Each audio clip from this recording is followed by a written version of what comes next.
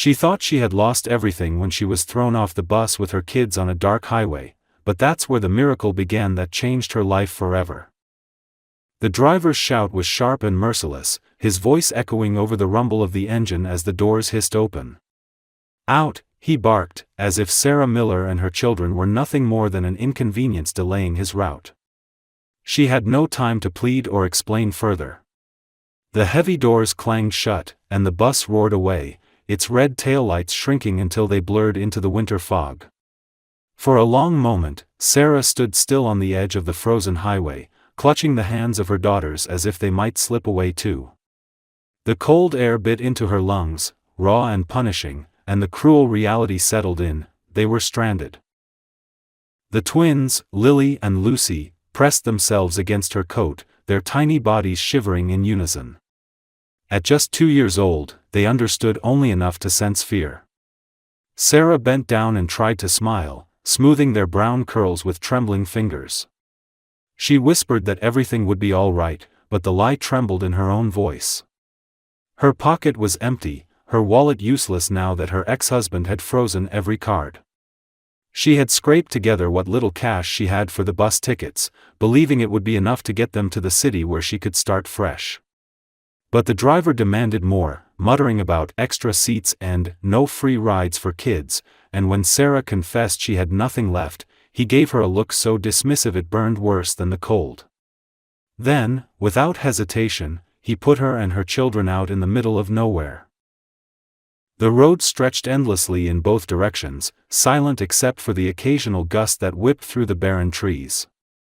Cars sped past, headlights flashing briefly before disappearing, and not one of them slowed.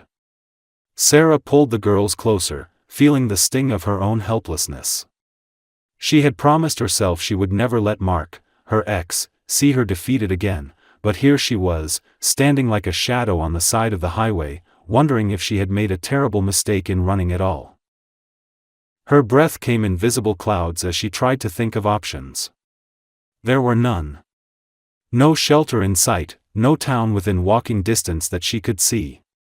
The girls were whimpering now, their teeth chattering as they buried their faces against her. She lifted them one after the other, trying to shield them with her body heat, though her arms were already aching from carrying the bags she had brought. Those bags now sat uselessly at her feet, their contents barely enough for survival, let alone comfort. Just when she thought the weight of despair might crush her, a glow appeared in the distance. Headlights, brighter and steadier than the ones that had sped past before, grew larger as the sound of an engine approached. The vehicle slowed, its tires crunching over the icy gravel. A sleek black SUV came to a stop a few feet ahead, and for a moment Sarah's pulse spiked with panic. She held her breath, unsure whether to trust whoever sat behind the wheel. The driver's side door opened, and a tall man stepped out, his breath clouding in the frigid air. Blonde hair caught the faint glow of the headlights, and his blue eyes, sharp and startling, fixed on her with immediate concern. His long coat swung as he walked toward her, his shoes crunching against the frozen ground. Sarah instinctively pulled the girls tighter, her body rigid with caution. "You're freezing out here," he said, his voice steady but not commanding, more like a hand extended in calm assurance. He pulled off his gloves and held them out to her. "Please, take these." Sarah hesitated, her pride and fear wrestling inside her. Strangers had not been kind to her lately, and she had learned that trust was dangerous. Yet she saw the way his gaze softened when it fell on the twins, how his posture bent slightly as though he were trying not to frighten them. She slipped the gloves over her numb hands, whispering a quiet thank you, almost afraid that speaking too loudly might break the fragile safety of this moment. "My name is Ethan Blackwood," he continued. "It isn't safe here, not in this cold, not on the road. Let me take you somewhere warm." For a heartbeat, Sarah said nothing, torn between instinct and desperation. But as the girls clung tighter, their small bodies trembling against her, she realized the cold was deciding for her. Whatever risks lay ahead, they could not be worse than staying stranded on that highway with the night closing in. She gave the faintest nod. Ethan's expression softened further, and with one practiced motion, he gathered up the heavier of her bags, leaving her free to carry her daughters. The SUV's doors opened, spilling a wave of warm air that smelled faintly of leather and coffee. Sarah lifted Lily and Lucy into the back seat, where they instantly burrowed into the seats as if they were clouds. She climbed in after them, the warmth wrapping around her like a fragile promise. As the car eased back onto the road, Sarah looked out at the shrinking patch of pavement where her nightmare had begun, and for the first time in days, she allowed herself to breathe. The future was still unknown, still dangerous, but something had shifted. She was no longer alone on that endless highway. Inside the SUV, the world felt entirely different, as though Sarah and her daughters had been lifted out of one reality and dropped into another. The air was warm, humming gently with the quiet rhythm of the engine, and the smell of leather mixed with the faint trace of roasted coffee. The twins immediately sank into the back seat, their little bodies relaxing as though they had stumbled into a hidden sanctuary.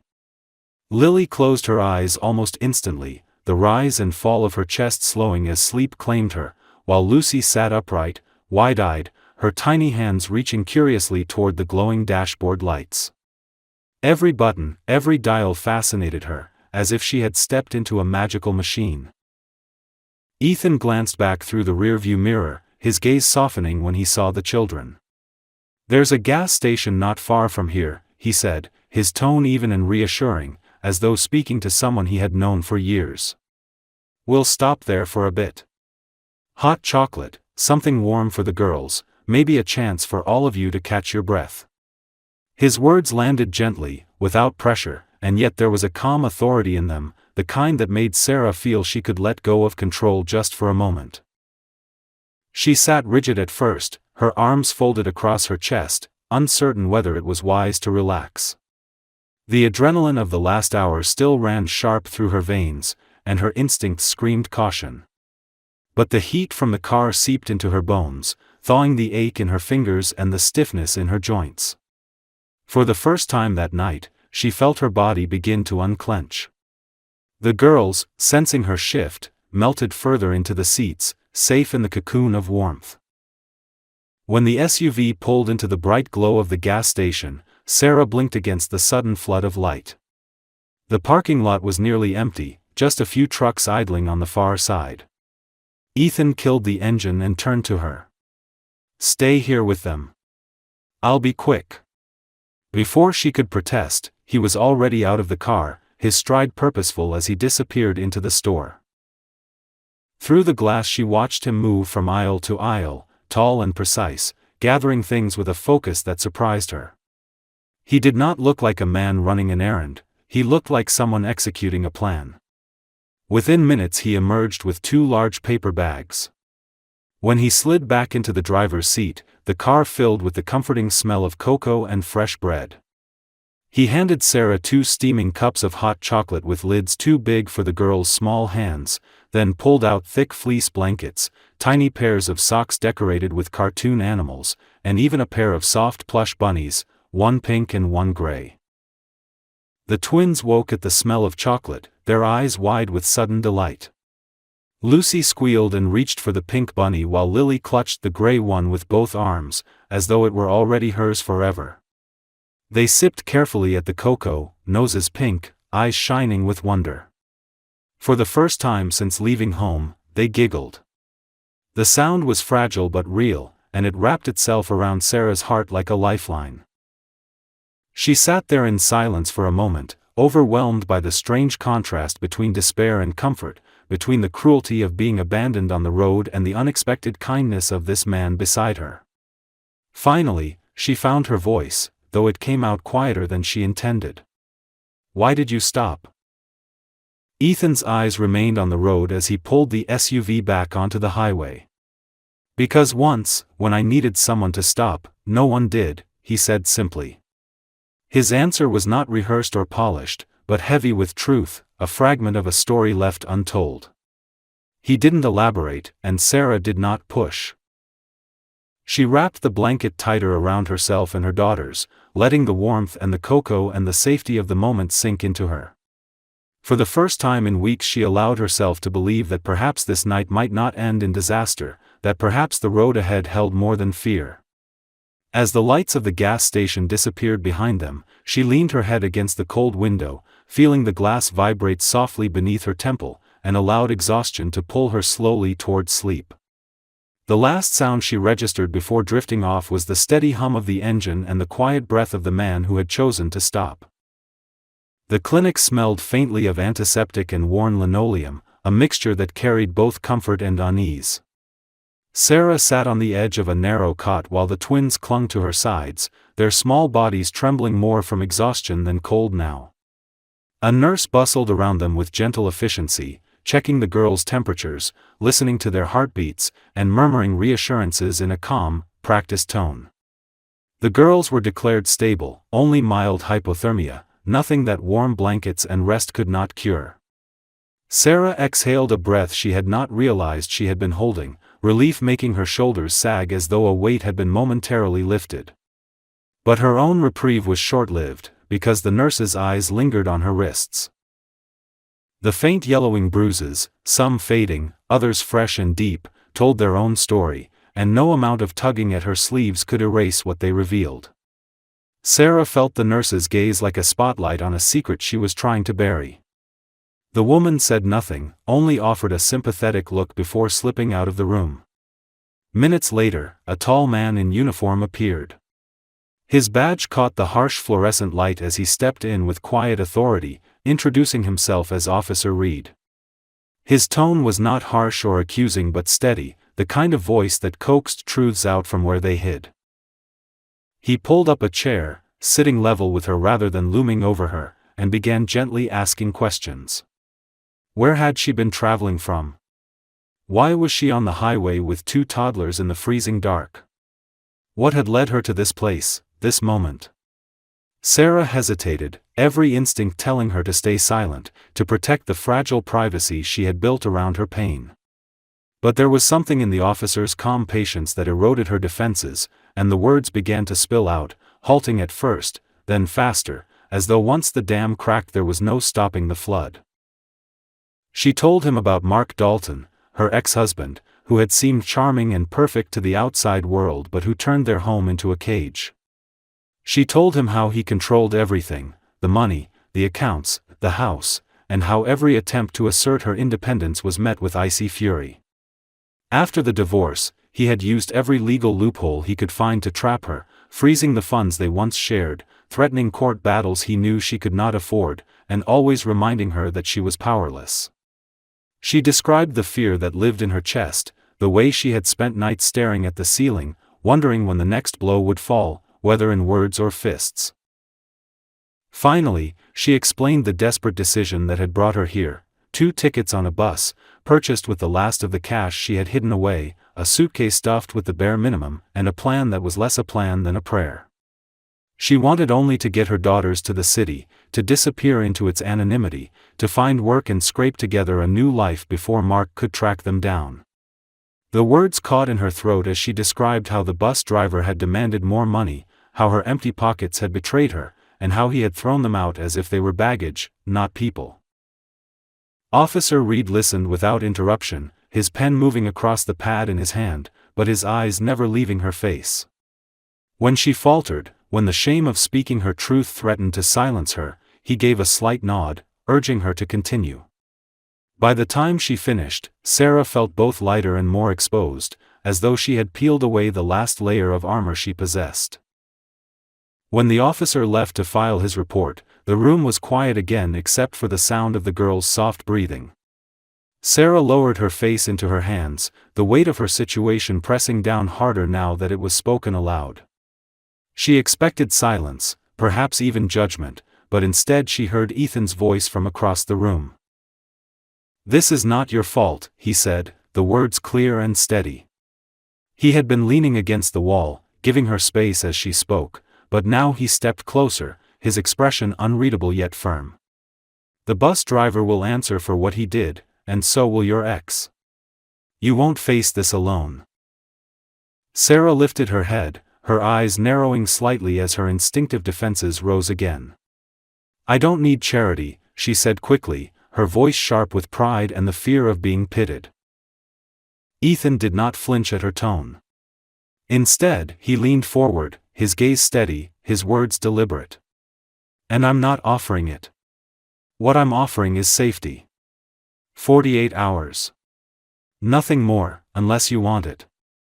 2 days where you don't have to run, don't have to wonder where your children will sleep, don't have to fight every second just to survive. After that, you decide what comes next. No strings. The finality of his statement struck her. It was not a plea, not an attempt to pull her into debt or gratitude, but a simple promise delivered with quiet conviction. Sarah's throat tightened.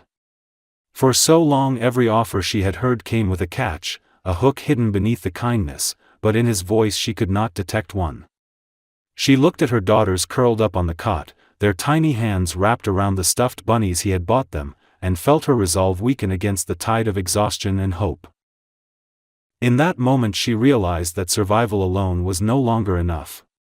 Perhaps, for the first time in years, there was a chance at something beyond just enduring. And though she could not say it out loud yet, she knew she would take the 48 hours. The city rose around them like a constellation of steel and glass, its lights sharp against the winter night. Sarah sat in silence as the SUV glided between high-rise towers, the twins pressed against the windows with wide eyes, marveling at the skyline as if it were a fairy tale painted across the horizon. Every block they passed seemed to pulse with life, restaurants spilling warm light onto sidewalks, people hurrying with shopping bags, and glowing signs flickering in the cold air. For Sarah, who had been consumed by survival for so long, the city looked both intimidating and full of impossible promise.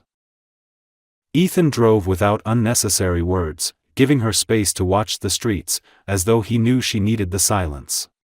When he finally pulled into a quieter neighborhood, the noise of the city fell away. They stopped before a modest building with a warm, golden glow spilling from its lobby.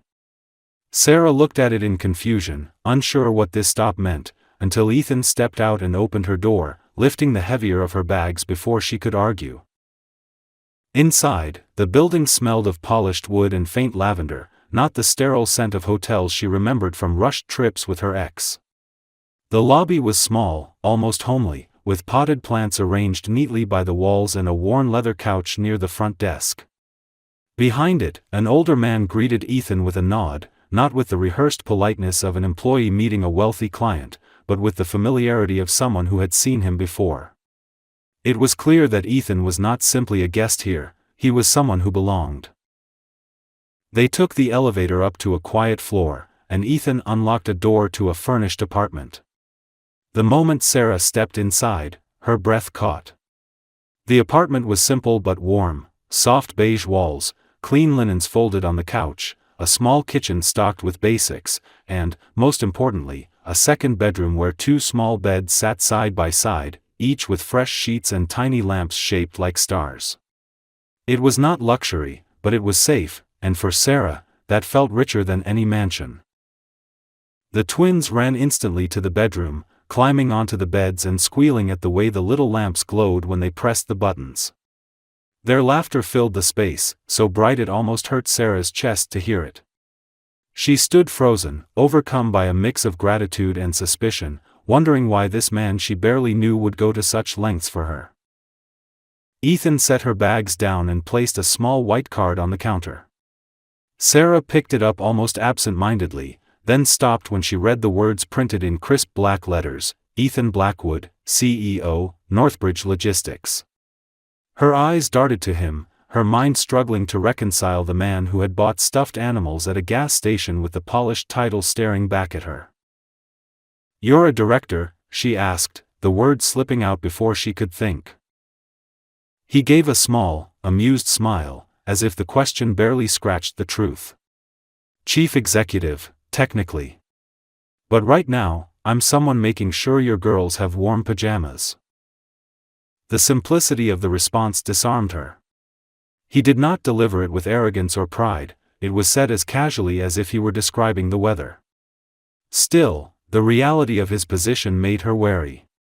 People like Mark had taught her that power and wealth often meant control, and she was not about to exchange one prison for another. Before she could retreat into her doubts, there was a knock on the door.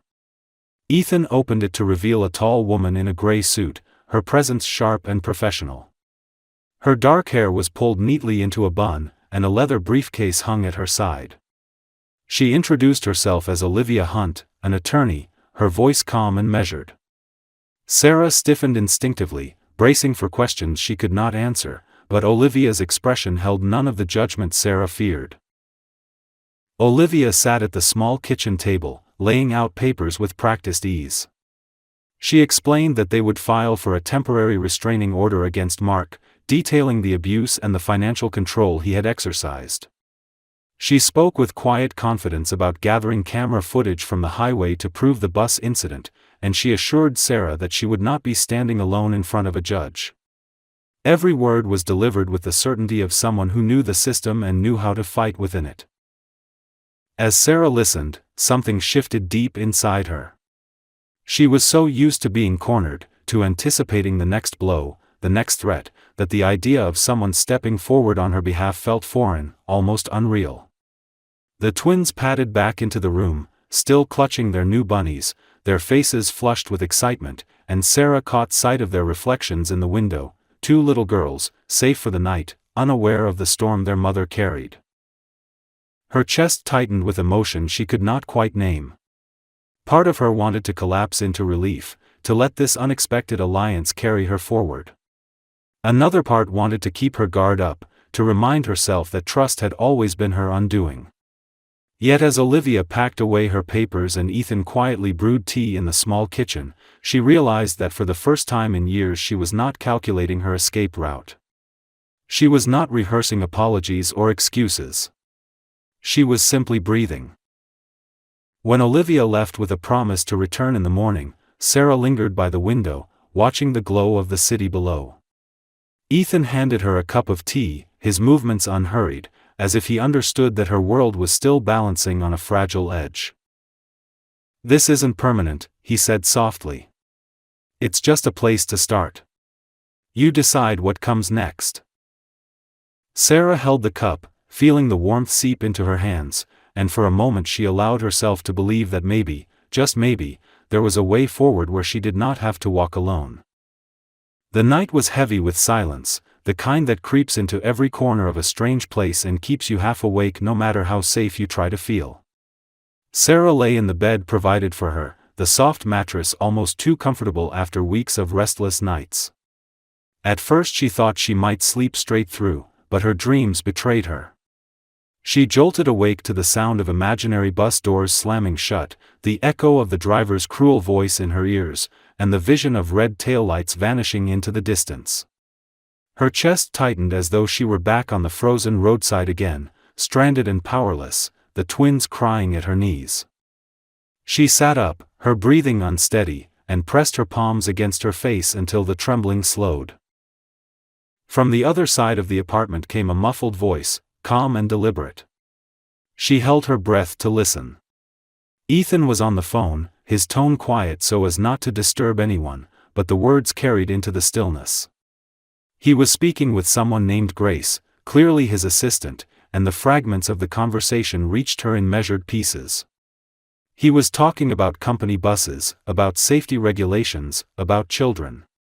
His voice carried none of the detachment she expected from a businessman, no cold calculation about profit and loss. Instead there was urgency, a conviction that sounded almost personal. "New training for the drivers," he was saying, his words steady. "Priority seating for mothers, mandatory child restraints, and I want this implemented immediately, not next quarter. We don't wait for policies after someone suffers. We do it now." There was a pause as he listened, then his voice softened slightly. "I don't care what the cost is. No family should face what I saw tonight." Sarah pulled her knees to her chest and stared into the dark, the weight of his words pressing against her doubts. This was not charity. This was not a man handing out scraps of his wealth to soothe his conscience. He was reshaping something larger, and he was doing it because of what had happened to her and her children on the side of that road. It unsettled her almost as much as it comforted her, because it suggested that her nightmare had already changed the course of something far beyond herself. By morning the apartment smelled faintly of cinnamon and oats. When she stepped into the small kitchen, still in the oversized sweater someone had left for her, she found Ethan at the stove with his sleeves rolled up, stirring oatmeal in a pot. The image was so unexpected that for a moment she simply stared. The CEO whose name was printed on pristine cards, the man whose suit had probably cost more than her monthly rent back in the life she had fled, now stood barefoot in a borrowed kitchen, cooking breakfast like an ordinary father. The twins sat at the table, their cheeks rosy, demanding more raisins with impatient little voices. Ethan responded with a patience that surprised her, scooping a spoonful of dried fruit into their bowls as though it were the most natural thing in the world. When he noticed Sarah watching, he gave a small smile but said nothing, allowing her to take in the scene without forcing her into it.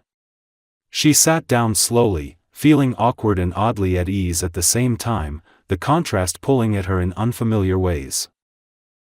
For a while they ate in silence, the only sounds the clinking of spoons and the twins' delighted chatter. Finally Sarah looked up, her curiosity pressing past the walls she kept so carefully built. "Last night," she began, her voice hesitant, "you said no one stopped for you once. What did you mean?"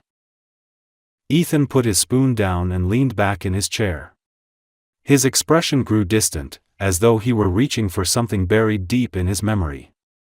"I was 9 years old," he said after a long pause.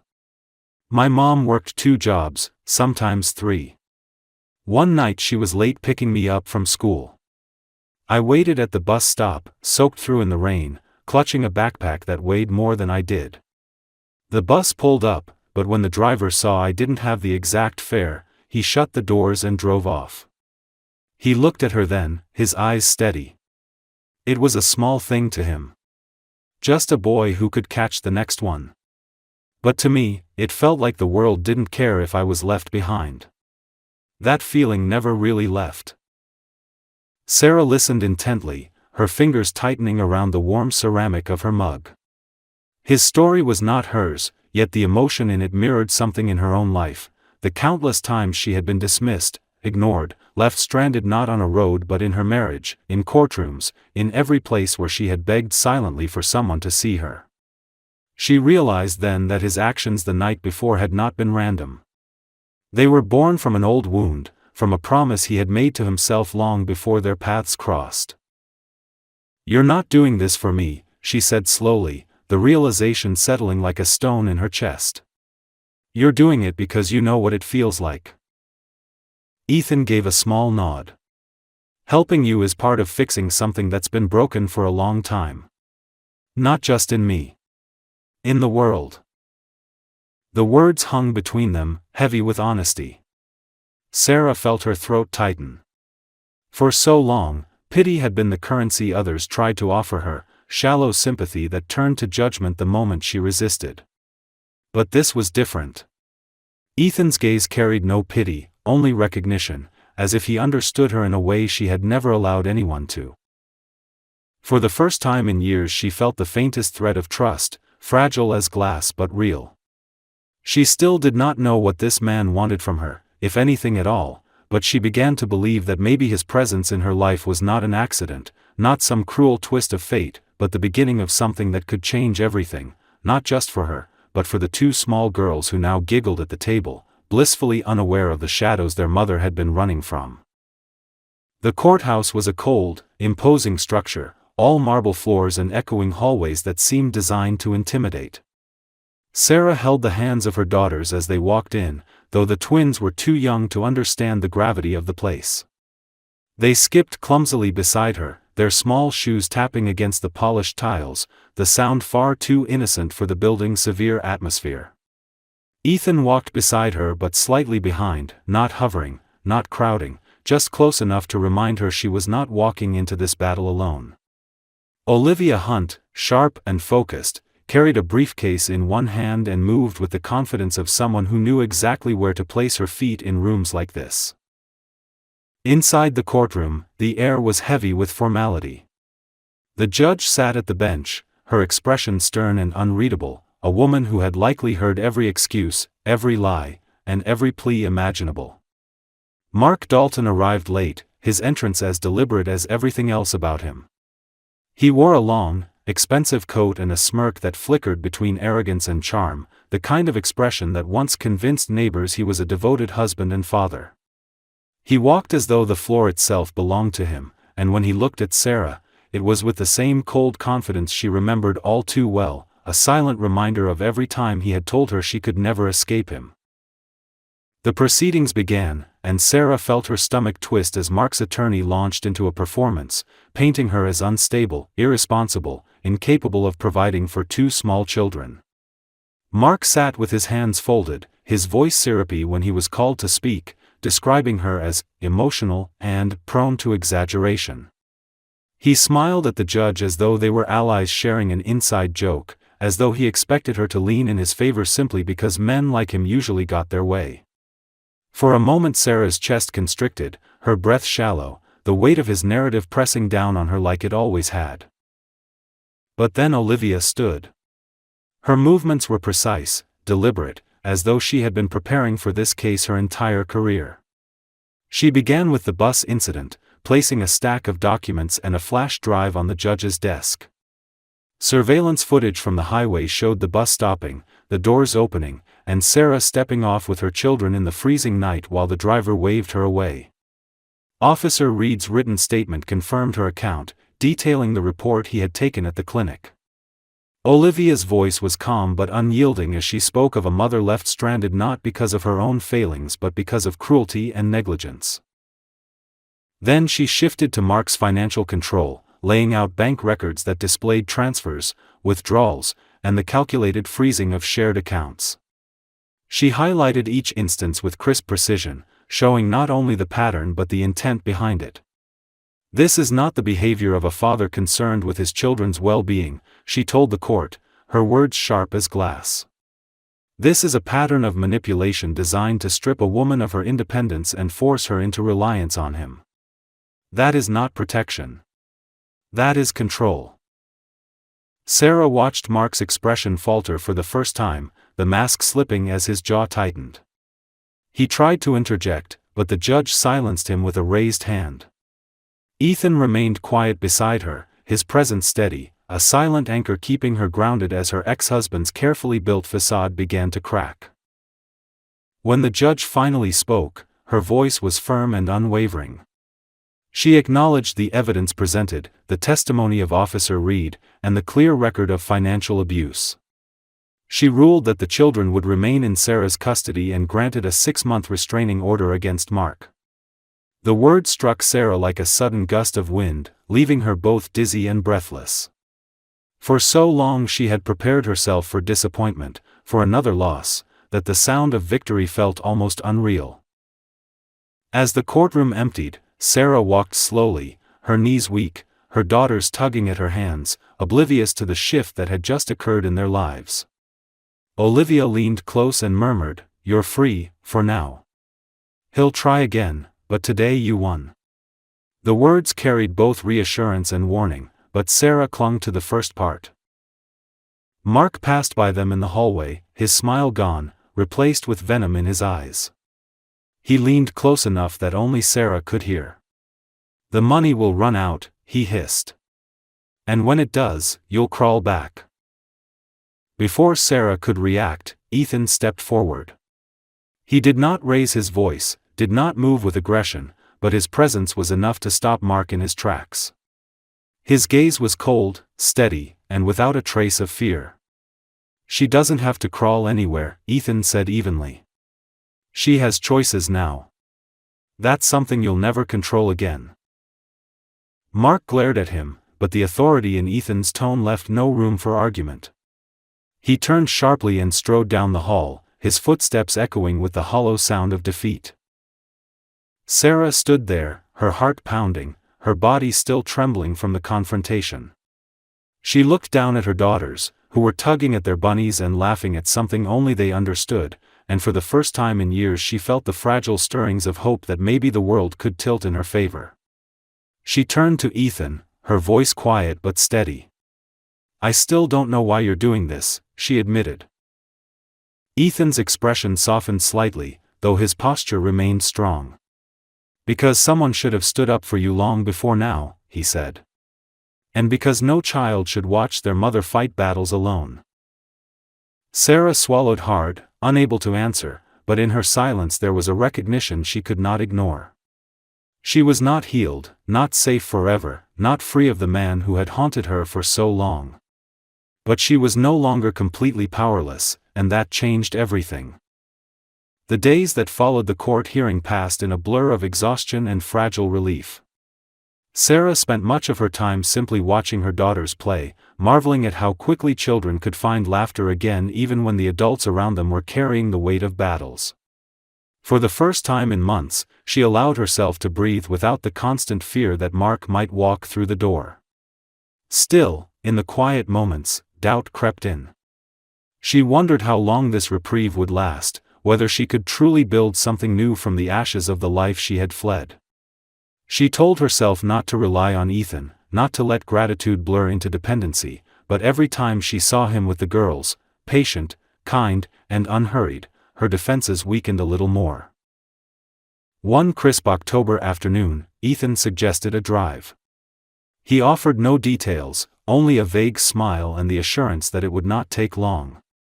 Sarah hesitated at first, uneasy with surprises, but the girls squealed at the mention of an outing, their little hands clutching their bunnies as if the plush toys could come too. Eventually she agreed, settling into the passenger seat while the city unfolded outside the window. The farther they drove, the quieter the streets became, until the tall buildings gave way to tree-lined roads where orange leaves scattered across the pavement and pumpkins decorated porches in preparation for Halloween.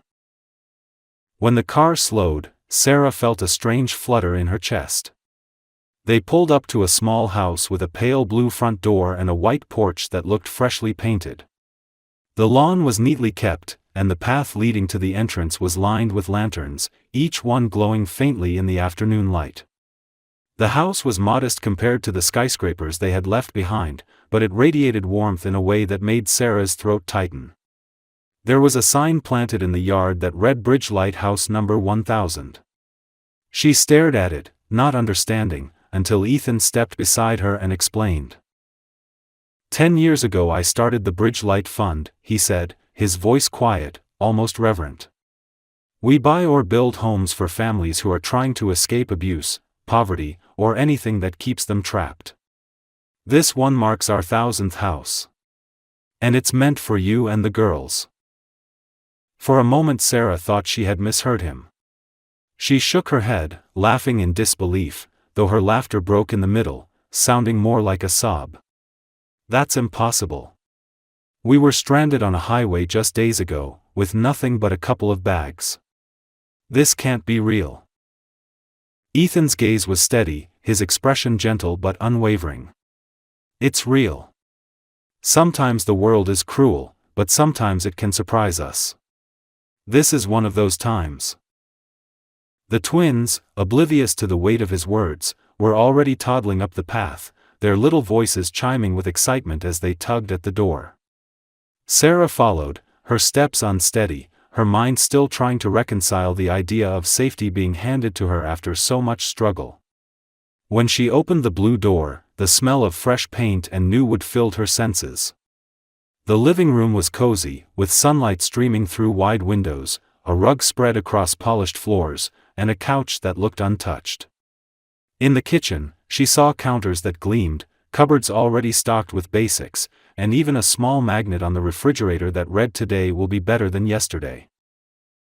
She moved down the hallway, her heart pounding, until she reached a room with 2 small beds side by side. Each was dressed in soft quilts, one pink, one pale yellow, with shelves above them lined with children's books and painted dolphins. There were even small lamps shaped like stars, echoing the ones in the apartment where they had first found rest. The sight broke her. Tears filled her eyes, spilling over before she could stop them. For years she had fought to give her daughters even the smallest scraps of security, and now here was an entire house built for them, waiting like a promise she never thought she could keep. Behind her, Ethan's voice was quiet. The house will be put in a trust under your name. That way it's protected. Mark can't touch it. No one can take it away from you." He paused, then added with equal calm, "And if you want, there's a position open at Northbridge. Operations coordination. It isn't charity. I've seen how you plan, how you think. You got your girls across miles with no money and no safety net. That's logistics. That's strategy. Skills like that are worth more than you realize." Sarah turned to face him, her cheeks wet, her hands pressed against the doorframe as though she needed something to hold her upright. "This feels like a shock," she whispered, her voice raw.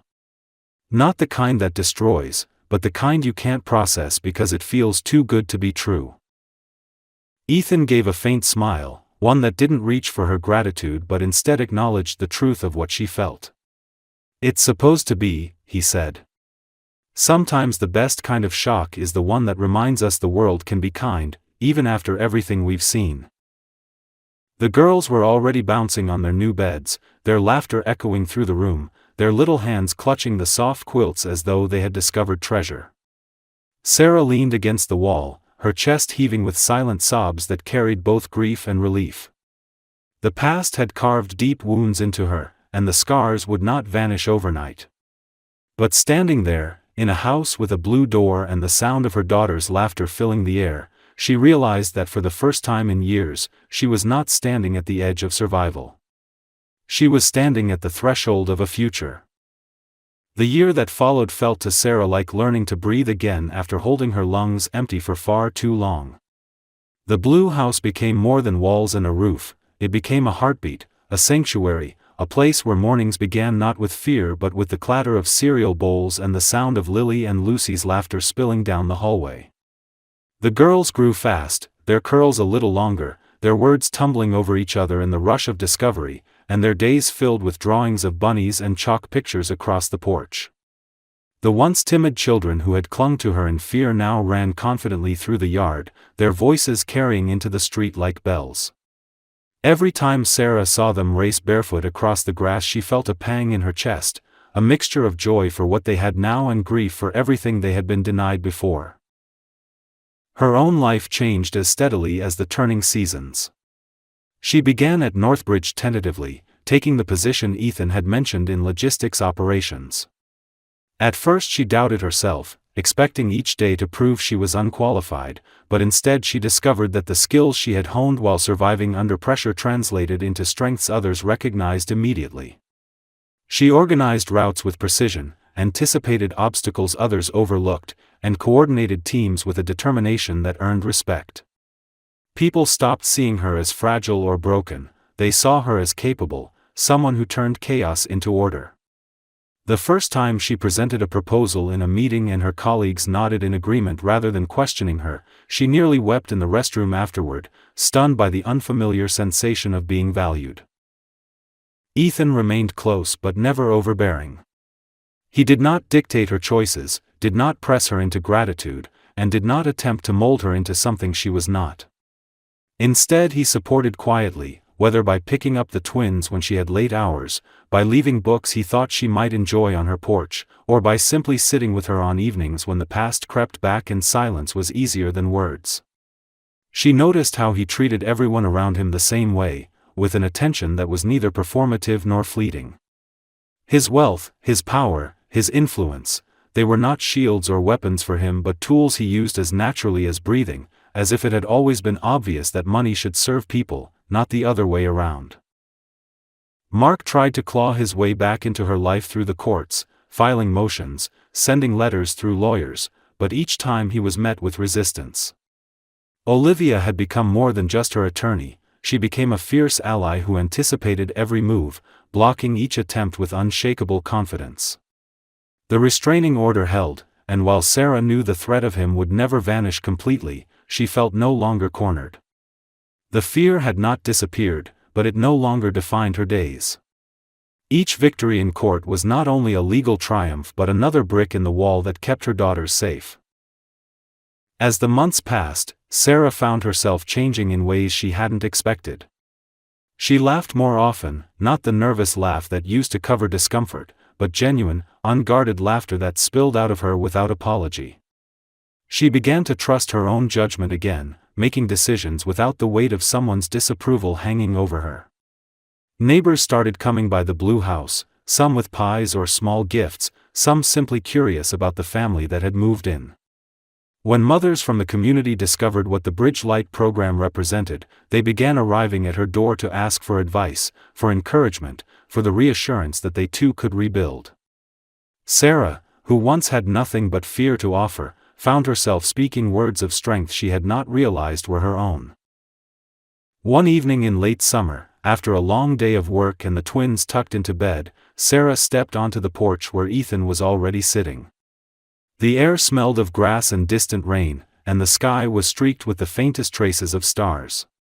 He wore no suit, just an old sweater with the sleeves pushed up, a man at rest rather than a CEO commanding an empire.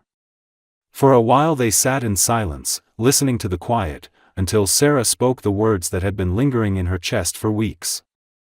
"Sometimes I think this is all just a dream," she admitted softly. "Like I'll wake up and find myself back on that road." "If it's a dream," Ethan replied, his gaze still on the horizon, "then it's the kind where you wake up safe.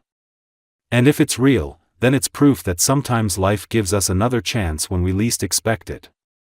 His voice carried no pressure, only calm certainty, and she felt the truth in it.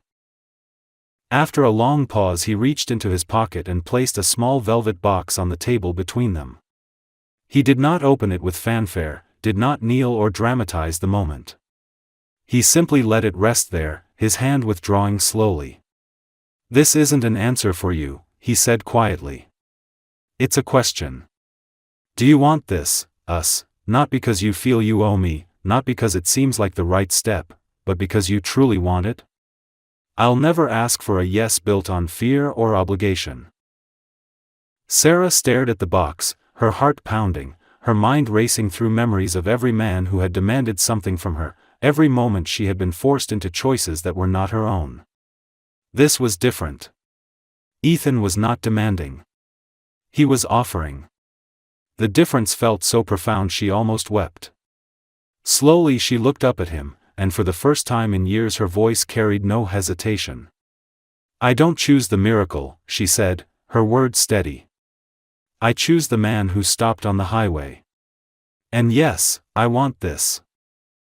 From inside the house came the sudden sound of giggles as the twins stirred, half awake, squealing, "Yay," without knowing why. Sarah laughed through her tears, the sound breaking the tension as the stars brightened above them. For the first time, she was not standing in survival, not clinging to the edge of despair. She was standing in the middle of a life she had chosen, surrounded by the people who gave it meaning.